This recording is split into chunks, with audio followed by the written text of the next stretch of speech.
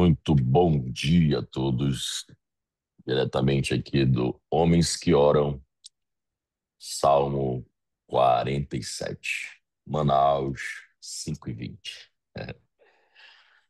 Vamos lá. Salmo 47, versão Nova Almeida atualizada.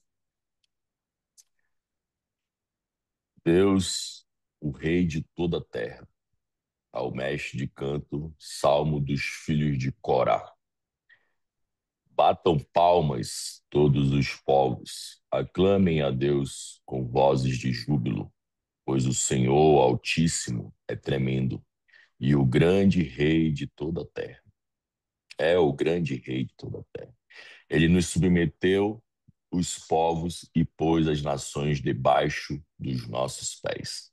Escolheu para nós a nossa herança, a glória de Jacó, a quem ele ama.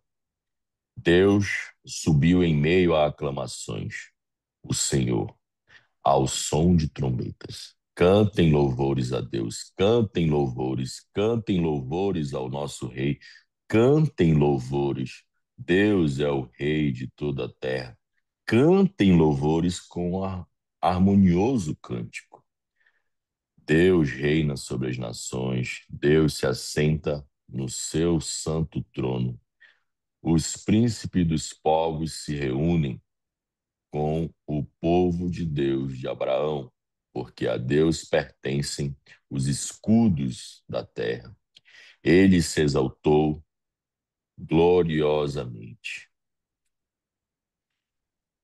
Pai, eterno Deus, todo-poderoso, envia o teu Santo Espírito sobre nós, Pai. Abre o véu do entendimento para que possamos, ó Senhor, ver com os olhos dos céus, Pai, e não da carne. E cada palavra aqui seja a tua purificação, seja teu fogo, Pai. Luz que nos revela, a espada que discerne. Dai-nos uma mente renovada e um coração ensinável, Pai, para que possamos compreender o que vem de ti, que vem da tua vontade, que possamos viver conforme o teu reino, Senhor. Em nome de Jesus, amém.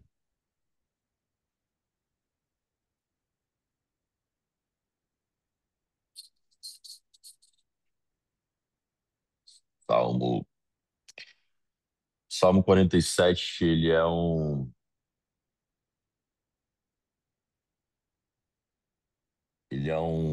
uma proclamação, né? Uma proclamação. Ele não é um lamento, como na maioria das vezes Davi nos traz nos Salmos, né? Aqui ele não está clamando por um livramento, aqui ele declara o governo, né? É o tom da terra reconhecendo que quem está entronizado nos céus, né? Então, cada verso aqui ele é um decreto de vitória, é um brado, né? Cada aplauso é um ato de submissão à majestade divina. Então, esse texto, né, não fala de um Deus distante. Ele está falando do Rei presente, né, tremendo e absoluto, que reina sobre todas as nações e estabelece seu domínio em cada coração que se curva diante dele. Então, vamos ao primeiro bloco. E ele diz assim: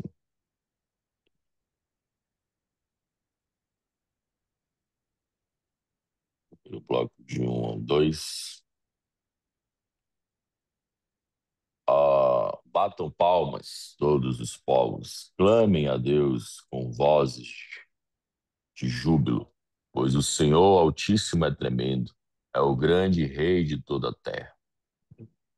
Então, aqui ele está tá ratificando, né? Tá nos mostrando aqui uma explosão santa, estado jubiloso, né?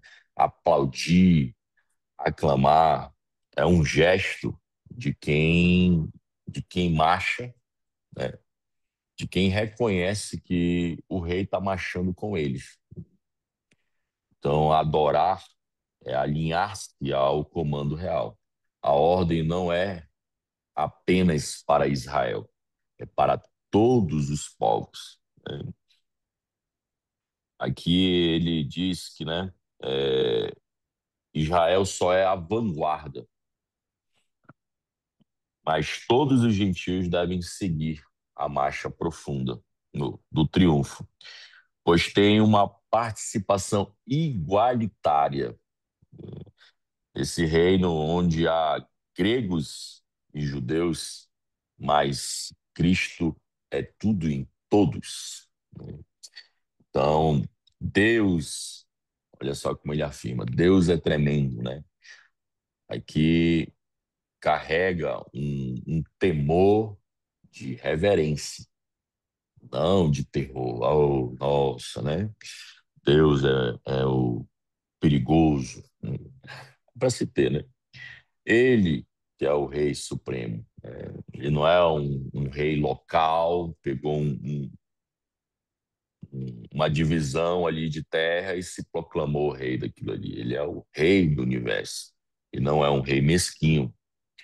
Ele é um monarca absoluto do destino da terra, de todos. Né? Então, o que que a gente aprende aqui, né? Ele pede para a gente bater palma, aclamar a Deus. Nos dias de hoje, a gente vê isso em estádios, né? Em jogos, pessoas aclamando, batendo palma e vacionando aquela pessoa, aquela equipe, né? Então, poucos aplaudem a Deus. Muitas das vezes, as pessoas vão para uma certa congregação, uma certa denominação ou algo, porque tem um famoso lá, né? O seu pregador é famoso, o seu cantor lá, né? Você o adora, mas será que você está aplaudindo o rei? Né? Se você grita por vitórias humanas, mas se cala diante de Deus, a gente está mal direcionado. Né? Uma vez que a gente entende que Deus é o Rei Supremo, né? É o dono de tudo, Ele que nos fez, então devemos adorá-lo, aclamar a Ele, né? Aplaudir Ele por esses feitos. Cada lugar, cada pessoa que existe foi Ele que fez, né? Foi por vontade dele. Então, devemos aqui transformar a nossa adoração como uma arma, né? Então devemos aplaudir os céus antes da vitória aparecer na terra. Né? Jesus já ensinava isso, né?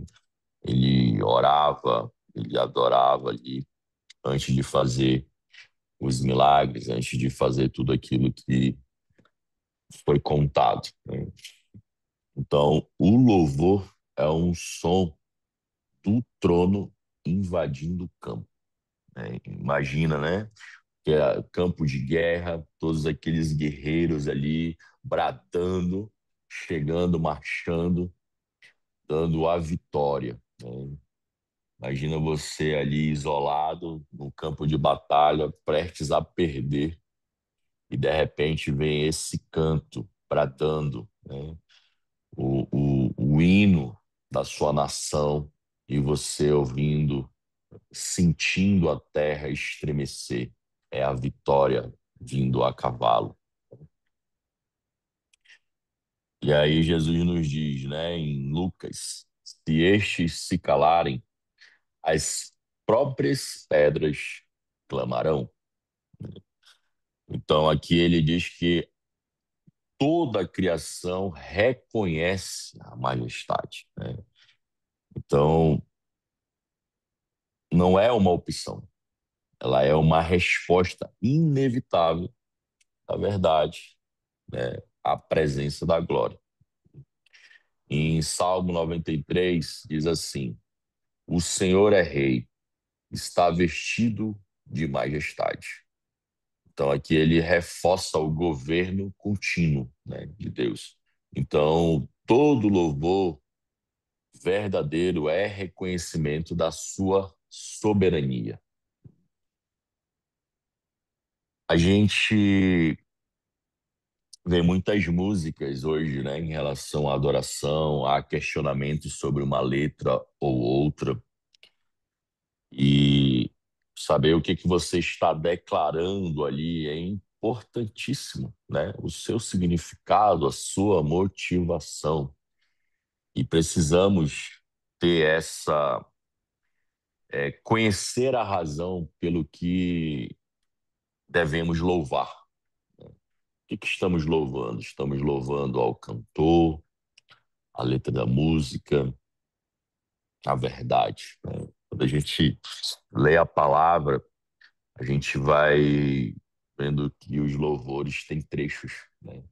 E é exatamente com essa intenção, louvar e adorar as promessas de Deus, as verdades de Deus que Ele nos deixou. E quando você reconhece isso, o seu louvor é diferente, né? A sua conduta totalmente naquela hora, a sua entrega ali, ela é muito mais profunda. E aí eu pergunto, né? Você adora com convicção que aquilo ali é uma verdade ou você simplesmente aplaude, né? Com aquele tédio de quem assiste algo muito fora do seu entendimento, né?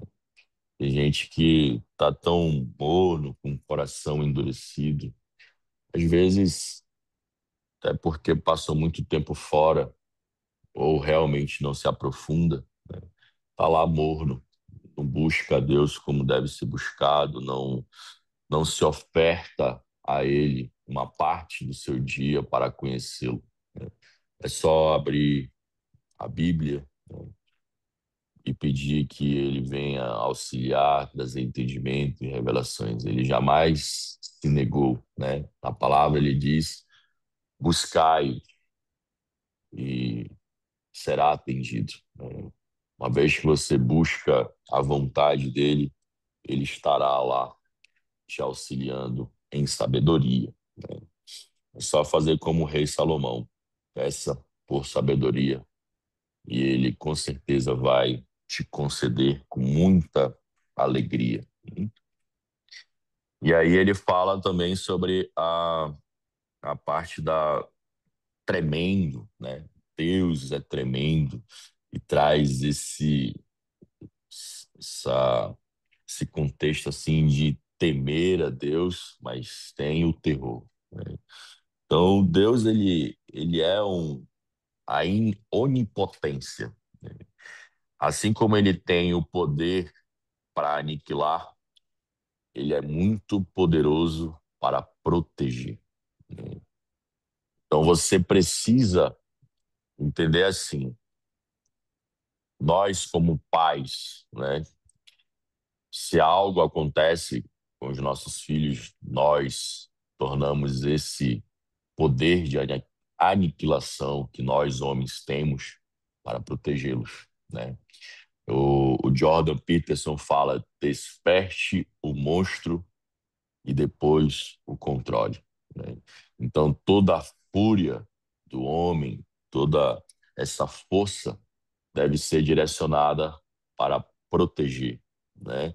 Você aprende a manusear armas, lutas, esporte de combate, para que você aprenda a se defender e a defender os seus, né?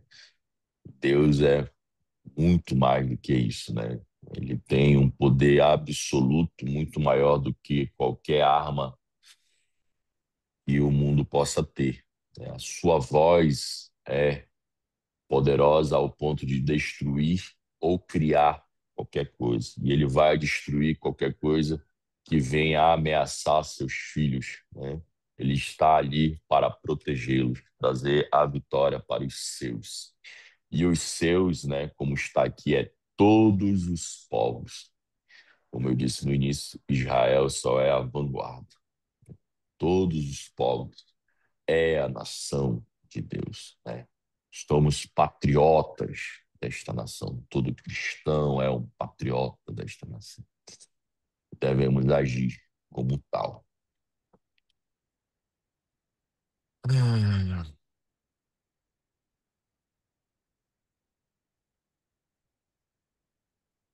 imagina só assim que glorioso, né, seria quando todo mundo reconhecesse a, a pessoa de Jesus. Como seria o mundo conhecendo a pessoa de Jesus? O quanto que a terra ia bradar, né? Ia clamar por isso, conhecendo tão profundamente. Não haveria mais tristeza, não haveria ansiedade, não haveria mais guerra. É, bloco 3 ao 4. Perdão, bloco 2 de 3 ao 4. Ele nos submeteu os povos e pôs as nações debaixo dos nossos pés. Escolheu para nós a nossa herança, a glória de Jacó, a quem ele ama. Então, aqui ele fala, né, que submetemos a ele a nossa escolha. Está dizendo aí, né? Ele escolheu a nossa herança. É o que ele quiser. Jacó lutou até ser transformado. Essa é a glória de Jacó, né? A verdadeira herança é quando o homem deixa de lutar contra Deus e começa a lutar com Deus, né? Deus não quer apenas te dar a vitória, Deus quer te dar identidade.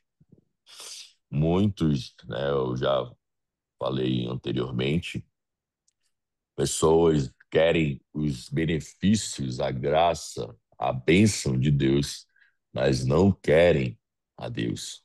Lutam fervorosamente contra a vontade de Deus, mas querem as suas bênçãos, querem os seus benefícios, né? Não reconhecem e ficam numa briga interna, né? Um diálogo, um conflito de que querem algo daquela pessoa, mas não querem aquela pessoa. Não há congruência. Como é que eu quero estar dentro de uma casa e não quero falar com essa pessoa, não quero estar com ela? Quero tomar do seu café, mas não quero estar na sua mesa. Faz muito sentido. E, e aí ele fala sobre a vontade, né? Que escolheu a nossa herança. Imagina só, né? O, uma pessoa que se submete a ser a ovelha do Senhor, né? Deus vai locomover de um pasto para o outro. Ou que você é um vaso no seu tempo, aonde ele vai estar te enchendo, te esvaziando, te enchendo, te esvaziando, né? Então, o homem que se concretiza na vontade de Deus, né, é aquele cuja a vontade sujeita a Deus, né? Tem uma frase que diz assim, né, uma pessoa estava muito doente e desejava ser curada, né, qualquer pessoa, né, e foi perguntado para ela, né, você quer viver ou morrer? E ela respondeu, seja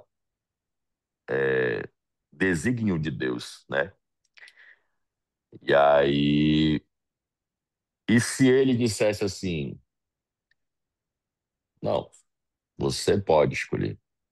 E ela diz novamente, eu devolvo novamente a escolha para Deus, né?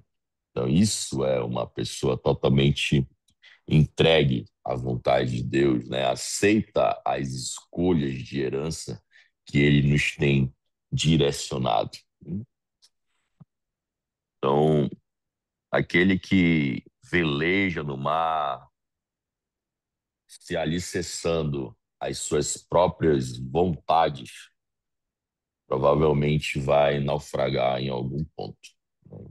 Então, entender que Deus é o soberano, Deus é que entende todas as vontades, todos os destinos de cada pessoa. Ele sabe que num certo comportamento vai te direcionar para longe dele.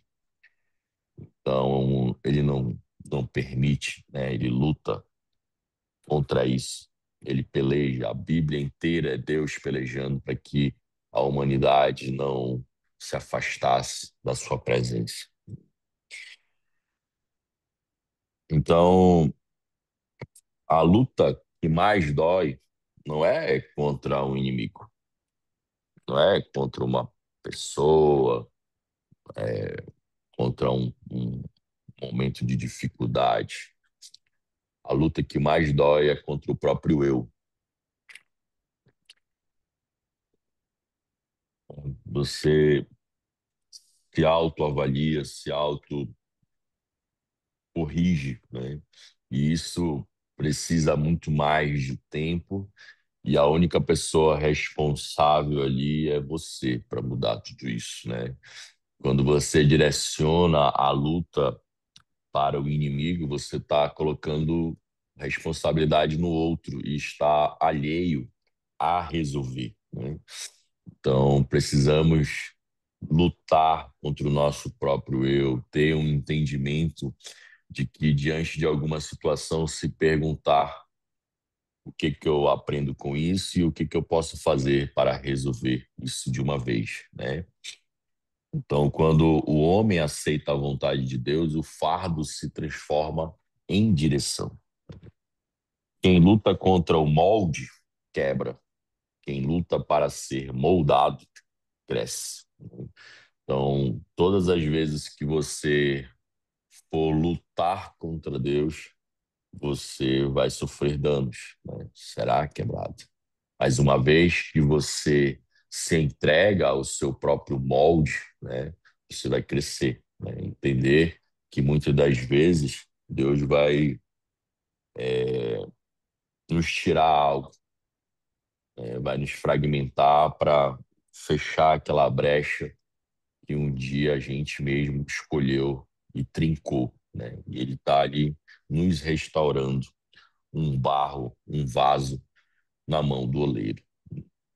Então, devemos nos submeter, né, às vontades de Deus, devemos orar, Senhor, não é o que eu quero, mas o que tu queres. E a herança do homem, ela vai ser transformada numa paz inabalável. Algumas pessoas no mundo, né, falam sobre herança do homem, né, pai passar para filho. E em alguns momentos o filho não condiz para que seja um gestor daquela fortuna. E aí os pais optam em doar, né, em passar para outro, porque ele não consegue administrar aquele poder. Você administrar algo, né, tão poderoso, tão grandioso, exige qualificações. Exige o nosso lado também, né? Deus é muito misericordioso, piedoso, nos salvou, nos livrou da condenação, mas precisamos nós dar continuidade a essa santidade para que não possamos perder essa herança, né? Acredito eu que é a maior herança do homem é a presença de Deus e não podemos perdê-la. O Davi, ele clamava demais, né, a Deus por isso, que lhe tirassem tudo, menos a presença dele. Ele era um homem que tinha muita coisa, tinha tudo, né? E Jesus fala em Lucas 22:42: não se faça a minha vontade, mas a tua, né? Então, aqui o próprio Cristo mostra que o trono ele só é alcançado pela submissão, né? Então, a glória de Jacó, ela aponta exatamente para essa obediência de Jesus no Getsemane, né? Então, a vitória nasce no altar da rendição. Imagina uma situação que uma pessoa tomando posse, né, de toda a palavra, de ponta a ponta, que está na Bíblia, ao ponto dela assumir essa mentalidade de Jacó, né? Ele agora, nesse momento, ele se rendeu, se submeteu a Deus. Ele entendeu a obediência para ser transformado, trocar seu nome e ter uma identidade verdadeira, né, e eterna. Como seria essa pessoa? Em Pedro, 1 Pedro 5,6 diz assim: humilhai-vos debaixo da poderosa mão de Deus, para que a seu tempo ele vos exalte. Então, a exaltação ela só vem depois da rendição, né? A mão, a mesma mão que fere o nosso orgulho, é a mesma que vai nos levantar. Imagina uma erva daninha, né, sendo retirada, ela vai deixar marcas, vai deixar um dano, vai doer, vai ferir, mas depois vai ser renovado, né, vai ser curado. E é isso que acontece quando Deus nos tira o orgulho, Deus nos tira o ego, Deus nos tira o mundo. A primeiro momento nos dói, a primeiro momento sofremos, mas depois entendemos que aquilo ali foi o melhor que nos aconteceu, pois aquilo nos afastava de Deus. E Ele está tendo misericórdia, né? Nos limpando, nos lavando, nos dando uma nova veste e assim restaurando quem somos nele. E pergunto, né, você quer a herança do reino, mas ainda quer escolher o caminho por conta própria? Como seria, né? Você quer ser casado e levar uma vida de solteiro? Você quer ser fitness, mas quer comer gordices? Você quer ser um homem digno, mas continua sendo um menino? O que você quer, né? Seguimos para o bloco 3. Bloco 3 ele está único aqui com o verso 5. Deus subiu em meio à aclamação, o Senhor, ao som da trombeta. Então aqui ele está afirmando, né, o conquistador ascende triunfante, né? Os anjos o saudam com aclamações. Então aqui a fé ouve o seu povo clamando, né? E as trombetas aqui, elas não soam para você chorar, mas para você declarar domínio. Chegou o seu rei, chegou o seu salvador. Ele dominou a guerra. Eis a vitória. É Cristo retornando vitorioso. Essa é a ascensão. Cada vez que o homem vence o pecado e se submete à vontade divina, é como Deus subisse em triunfo dele. Toda vez que vencemos, é Deus em nós. Toda vez que fazemos uma bondade, somos gentis, somos amáveis, estamos servindo sem querer nada em troca. É a misericórdia de Deus em nós. Nós já vimos que o homem sem Deus, ele é arrogante, orgulhoso, ele é assassino, né? Por isso precisamos de Deus constantemente, para que a gente não se perca dessa identidade. Somos mais que vencedores, como diz na palavra, quando estamos em Cristo, né? Quando Ele está em nós. Então, toda vez que você perdoa, vence o orgulho ou rompe com o ciclo, há uma trombeta invisível tocando sobre a tua vida. Deus está ascendendo a tua história. Toda vez que você rompe com um ciclo, com uma maldição hereditária, é Deus te dando a vitória, ascendendo, né, dentro da tua própria história. Devemos celebrar cada vitória espiritual, né? Não devemos ignorar o que o céu celebra. O, o estado de júbilo, ele é combustível da fé.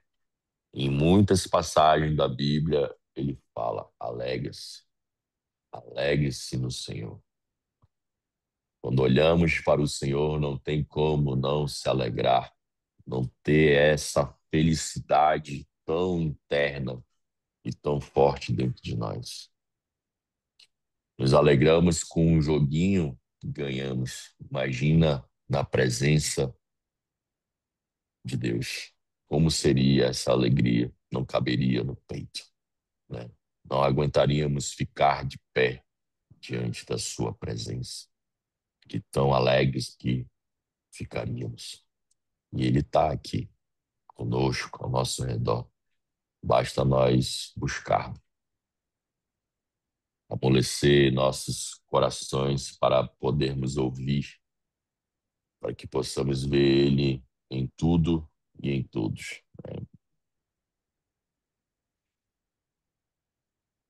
E aí, em Lucas 24:51 diz assim: E enquanto os abençoava, foi elevado ao céu. Então, aqui a sessão mostra que o poder de Cristo não é apenas sobre o inferno, mas também sobre a própria morte. Quem vive abençoando também sobe em vitória. A gente já falou aqui algumas vezes do livro A Quarta Dimensão, né, onde o autor pega e diz que quando você direciona, abençoa as pessoas, você ora por elas, pelos seus amigos, até mesmo por seus inimigos, aqueles que o perseguem, a bênção passa por você até chegar a ela. Você é um canal da bênção, da glória de Deus, né? Então, eis aí a vitória de quem está abençoando. Todas as vezes que você abençoa alguém, você também sobe em vitória. Em Êxodo 15:3 diz assim: O Senhor é homem de guerra, o Senhor é o seu nome. Então, a subida é resultado da batalha vencida. O Deus que guerreia é o mesmo que reina e o mesmo que habita em ti, que habita em nós, né? Deus, ele está lutando por nós, dentro de nós, trazendo a harmonia e o equilíbrio no nosso interno. E todo externo vai entrar em incongruência no seu interno, né? E aí pergunto: tuas vitórias têm som de trombetas ou silêncio de conformismo? Você está comprando fogos para cada vitória que você tem na vida quando Deus te dá as vitórias, ou os fogos são somente quando o seu time ganha? Como é que tá as tuas celebrações? Você está indo para um restaurante com a sua família, com seus amigos, celebrar aquilo que você tanto orou, tanto lutou e Deus ali foi ao teu auxílio e te deu aquela vitória? Você venceu uma doença, você venceu um conflito, você venceu o teu ego. Você foi celebrar, você foi adorar a Deus. Como é que tá isso? Ou você está simplesmente, tá bom, ok, frio diante da vitória. O bloco 4 de 6 ao 7. Cantem louvores a Deus, cantem louvores ao nosso Rei, cantem louvores. Deus é o Rei de toda a terra, cantem louvores com harmonioso cântico. E aí então, aqui ele está trazendo o entendimento iluminado pelo Espírito Santo, né? Somente assim teremos a capacidade de oferecer um louvor genuíno. Somente através do Espírito Santo trazer esse entendimento, né? O verdadeiro louvor, ele é consciente, como eu falei no início, né? Ele é estratégico e santo. Quem entende o que canta, governa o que sente, né? Há o ditado que diz assim: quem canta, os males espanta, né? Mas você precisa saber o que você está cantando. A música, ela tem um poder absurdo sobre nós, sobre a mente humana, né? Se você olhar o ambiente da, vamos se dizer assim, de boteco, colocar nesse termo, as músicas são de sofrências. E as pessoas cantam repetindo aquilo. A mente, ela não resiste à repetição. E aí a pessoa começa a beber, né? E ouve mais música de sofrência e continuam bebendo, cantando. E isso gera um ciclo, né? Elas não sabem o que estão cantando, o que estão repetindo para si mesmo e permanece naquele comportamento. Assim também devemos escolher as nossas músicas, o que cantamos, o que ouvimos, até o que assistimos. Repetidas vezes, isso vai transformar a nossa mentalidade. Então, precisamos ter essa clareza do que declaramos nos cânticos, né? Naquilo que cantamos. Deve ser consciente. Então, o louvor sem entendimento é apenas uma emoção. O louvor, ele deve vir com uma revelação. Isso vai te trazer governo, né? Os salmos é um cântico, declarando que Deus é o Todo-Poderoso, você declara seus problemas e que serão resolvidos no final, como Davi sempre costuma escrever, né? Sempre no final ele declara a vitória. E é isso que devemos colocar nos nossos cânticos, né? Muitos cantam, né, por ritmo, poucos estão cantando por fé. Será que a maioria daquelas pessoas que ouvimos estão cantando realmente com fé, servindo a Deus ou a eles, né? Eu já ouvi e foi comprovado um famoso cantor, né?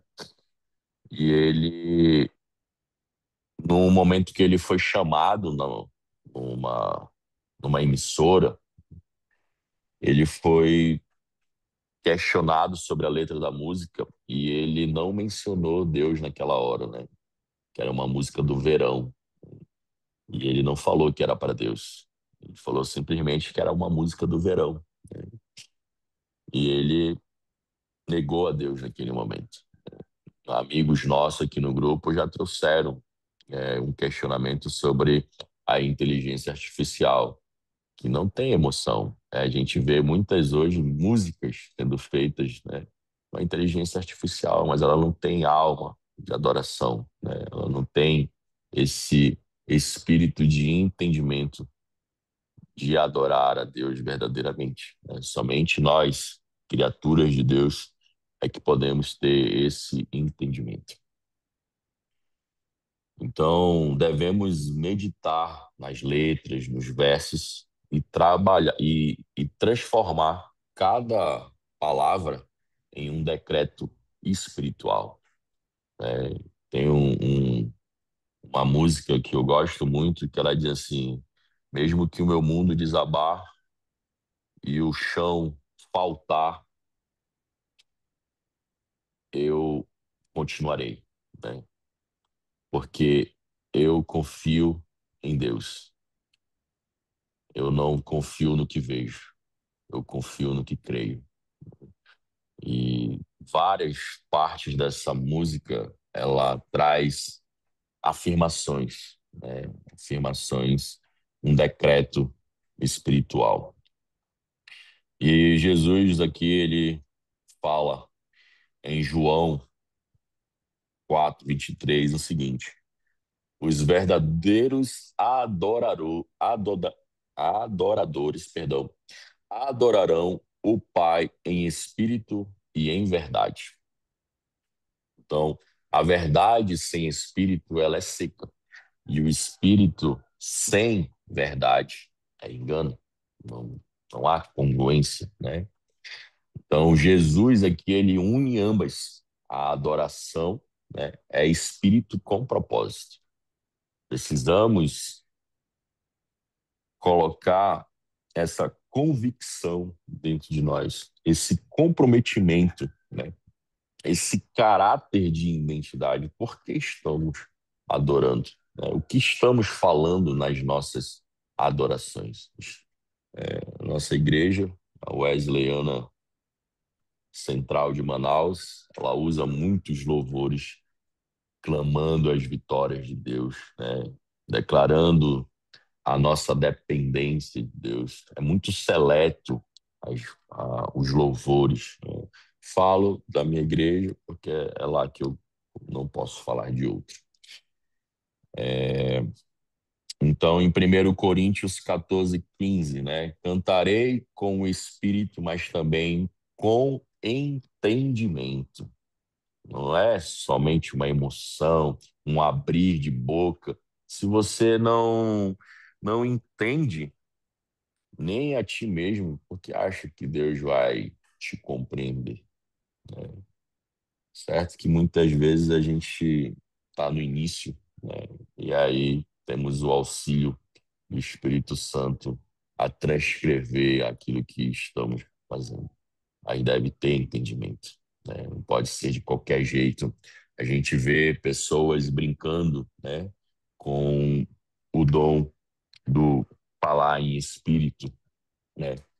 E brincam, mudam as palavras e a gente sabe que não é, né? Tem pessoas aí que foram criticadas, virou uma polêmica porque simplesmente saiu do contexto, saiu da verdade. Não tinha entendimento nem lucidez, né? Assim como Paulo está afirmando aqui, que a adoração ela precisa de mente e coração, né? Cantamos em espírito e em entendimento, né? Então, adorar com entendimento é unir a fé e a lucidez no mesmo altar. Não tem como você ir entorpecido ali, né? Não tem como você alucinar. Qualquer coisa fora do entendimento do espírito é fanatismo, é teatro. Precisamos ter essa clareza e reconhecer o que Deus é, né? A manifestação do espírito ela é muito sutil, ela é educada.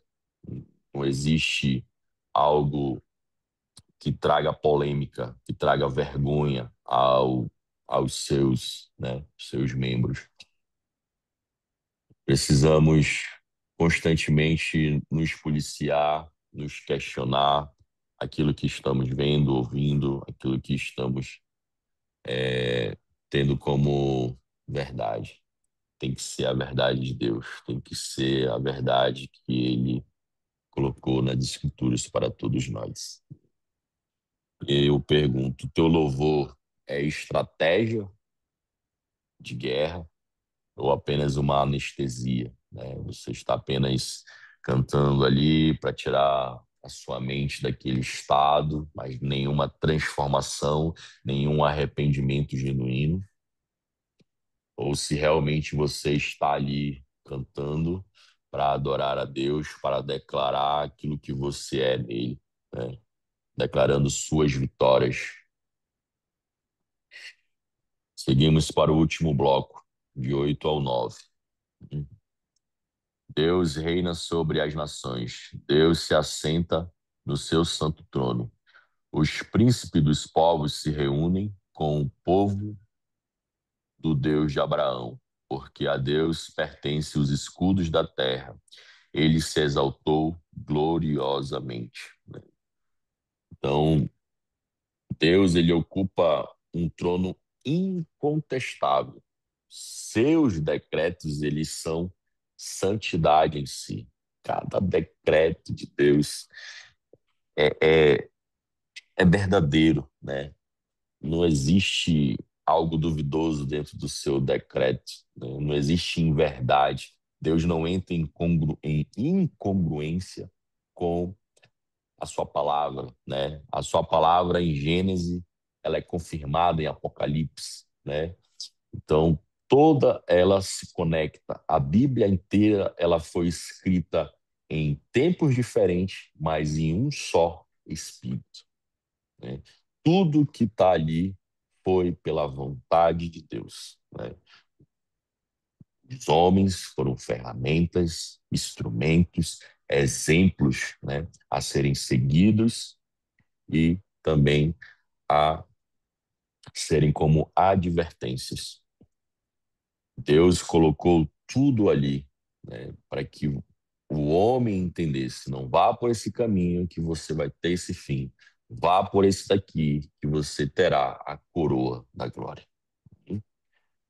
Nós temos o livre arbítrio de escolher, né? E depois não podemos colocar a culpa em Deus. Então, o trono do Senhor, ele é impassível, imaculado, inabalável. Enquanto tudo muda, o mundo muda, né? Deus permanece sentado. Ele não governa em pânico, mas em serenidade. Um homem é um Deus que tem a certeza dos seus decretos santos, da sua eternidade, da sua bondade, né? Da sua justiça. Ele está assentado. E esse assentado é uma segurança, né? É uma estabilidade, é a confirmação da promessa. Então, os escudos da terra, os líderes, os reis, os sistemas, né, que temos, está sob o seu comando, sob esse trono. Nada escapa da soberania de Deus. Nada. Enquanto você perde o controle, o rei não se move. Ele não precisa reagir porque já reinou antes do caos começar. Há uma diferença entre agir e reagir. Deus está sempre agindo, né? Então, quem confia no trono não vive refém da tempestade. Lembra o episódio de um amigo nosso aqui, uma situação de estresse, ele declarou, né, que no momento que houve o ápice da confusão, ele entendeu que foi ele tomando o controle de Deus, foi ele tomando o controle do Espírito Santo. E nós narramos que perdemos o controle. E ficou bem interessante quando colocamos assim: eu tomei o controle, por isso deu errado. A responsabilidade está toda em ti nessa narrativa. Você assumiu o seu trono diante da situação. Que sábio. Muito obrigado, meu amigo Leandro. Então, estabeleça o trono de Deus sobre tuas áreas vulneráveis. Devemos assentar-te, né, sobre o nosso coração. Peça para ele: assenta-te, né, em meu coração. Venha, né? Sobre minhas finanças, sobre minha família, sobre meus projetos, sobre o meu emocional, sobre o meu medo. Vem e assenta-te o teu trono, né? E onde o trono se ergue, o medo perde o poder, né? Onde há Deus, não há medo. Onde nós exercemos essa gratidão por Ele, né?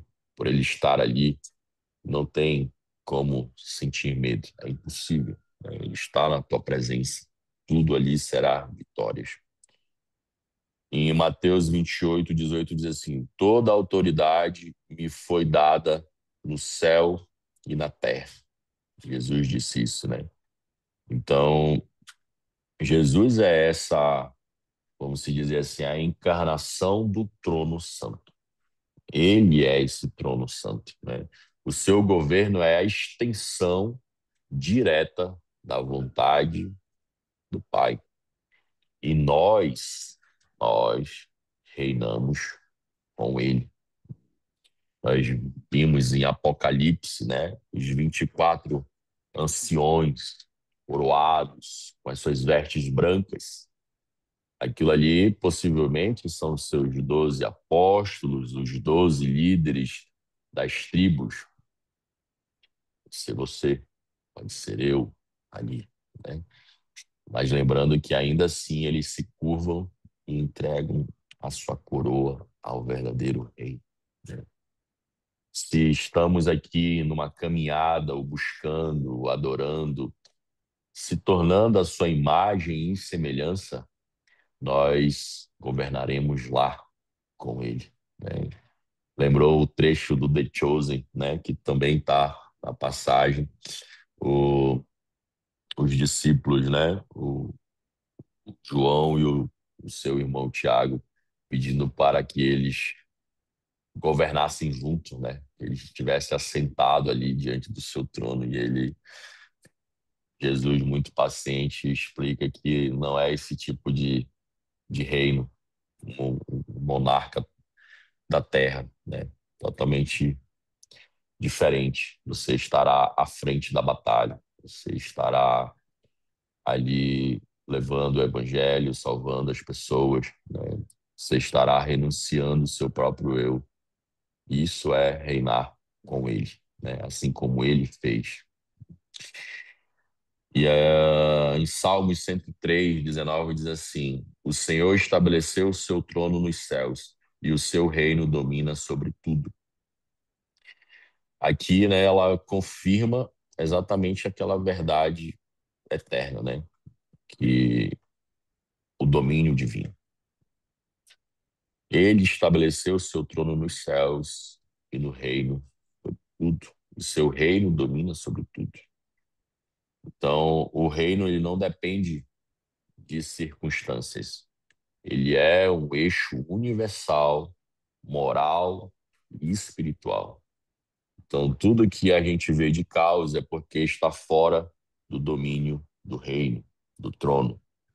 A gente lembra da analogia, né, em que as pessoas fizeram um vídeo do homem questionando que não existia Deus para um barbeiro, né? Há outra história, acho que é com um dentista.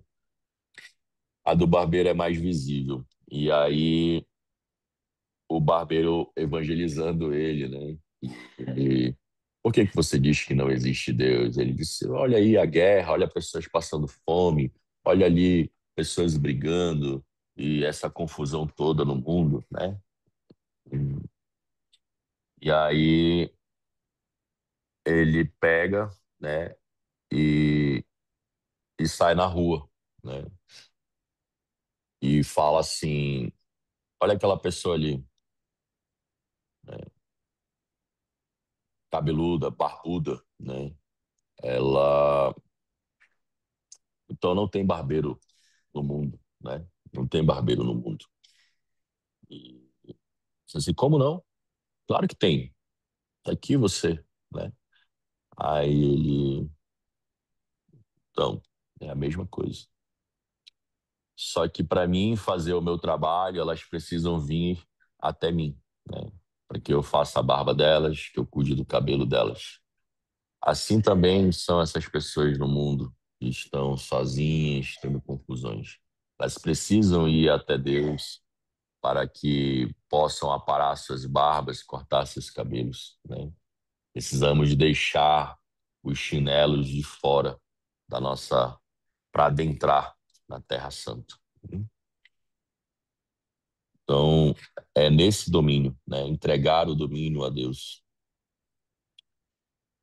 Você tem vivido guiado pelo trono da fé ou pelo trono da sua ansiedade, do medo? Lembrando que você não pode servir dois senhores, a fé e o medo, Deus e o diabo.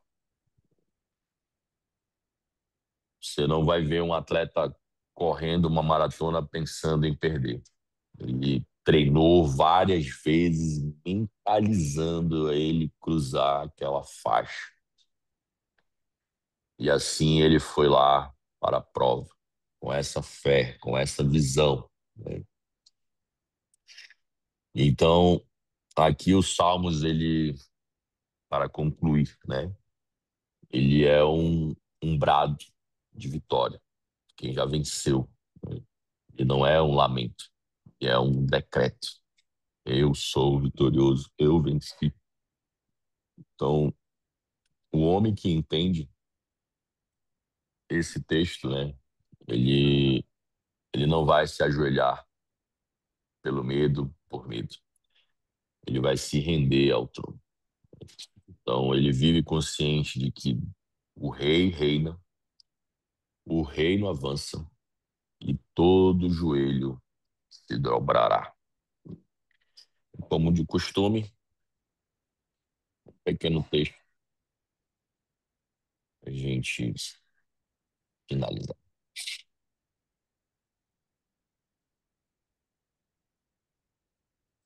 Há um trono que jamais foi vazio. Os reinos passam, as coroas se desfazem, mas o governo de Cristo permanece. E chegará o dia, não é em fábula, mas em fato, quando todo joelho se dobrará, não por coerção, mas porque a verdade será irresistível. Toda língua confessará, não por medo, mas porque a santidade dele será inegável. O santo e o ímpio, o rei e o servo, o sábio e o tolo, todos verão a majestade do Cordeiro e compreenderão que a vida foi um ensaio e o palco final pertence ao Rei. Nesse dia, os corações orgulhosos cairão de joelhos e os que andaram humildemente serão erguidos, pois o reino de Deus não é conversa, é realidade eterna. Sujeita cada vontade rebelde ao senhorio de Cristo. Curva-se agora, curvar-se agora é graça, curvar-se depois é juízo. Ajoelhar-se agora é adoração, ajoelhar-se depois é constatação. Porque o Senhor não busca apenas palavras, ele busca rendição. E quando esse dia chegar, não será a grito dos homens que ecoará, mas a voz do próprio Deus dizendo: todo joelho se dobrará e toda língua confessará que Jesus Cristo é o Senhor, para a glória de Deus Pai. Então, dobra-te agora, enquanto o tempo ainda é misericórdia. Dobra-te com fé, com arrependimento, com o coração aquecido pelo Espírito, pois o avivamento começa onde o orgulho termina e o reino desce onde há joelhos dobrados. O trono permanece firme e quem se curva a ele jamais será abalado. Amém, meus irmãos. Muito obrigado a todos. Tenham um excelente domingo, uma excelente semana.